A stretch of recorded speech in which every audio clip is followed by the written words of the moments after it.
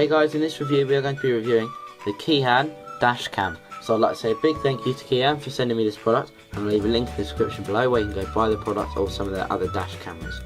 So as you can see, I've already emptied the box, but we'll go around the box anyway.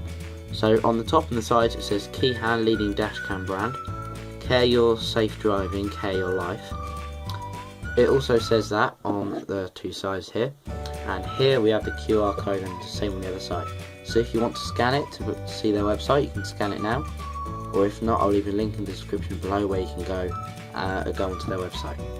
And then on the bottom here we have some features. So it says proof accident, G sensor, auto record, night vision, HDR and WDR, motion detection, loop recording, and 1080p. So 1080p is for the recording, which I think is really good, and it is really good quality. So this review where you can see me actually testing the product.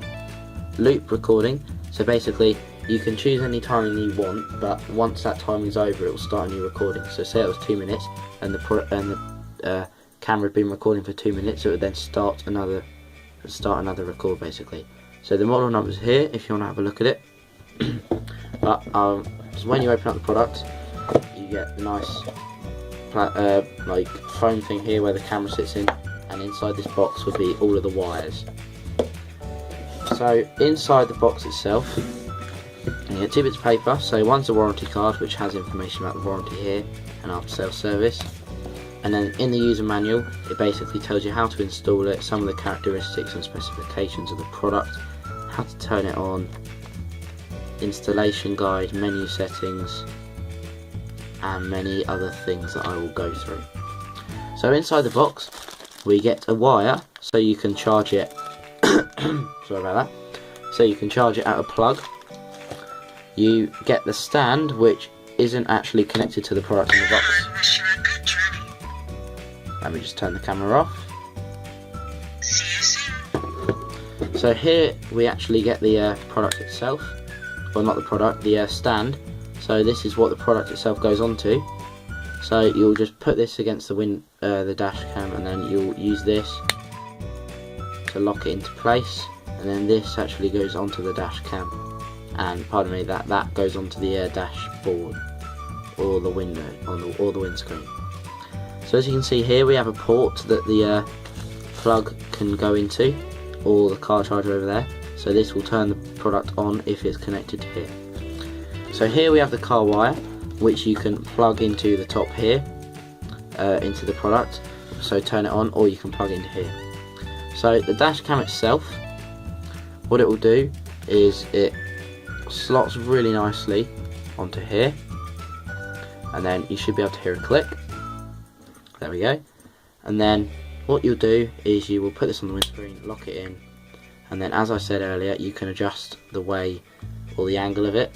And what I would recommend is once you've got it locked into place, if you undo this so the dash cam falls at a flat 180 degree angle, you can then tighten it again and that will give you a nice flat angle. So if we take the camera off of the stand, we can now go around the camera.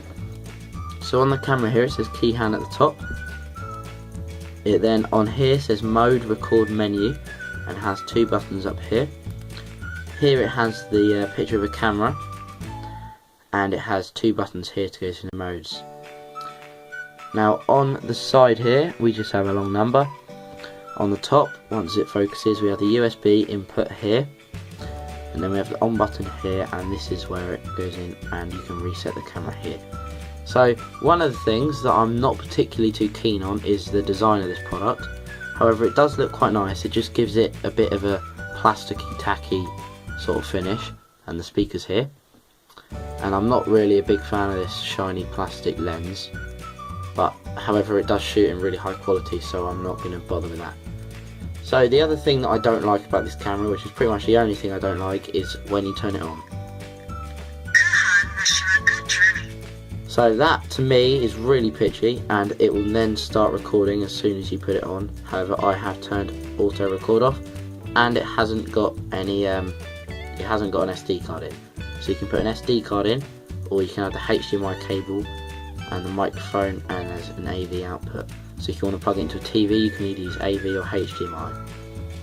So the product itself, as you can see at the top, it says 1920 by 1080. So this is to record it, and then you can go through the modes. So the next mode is to take pictures.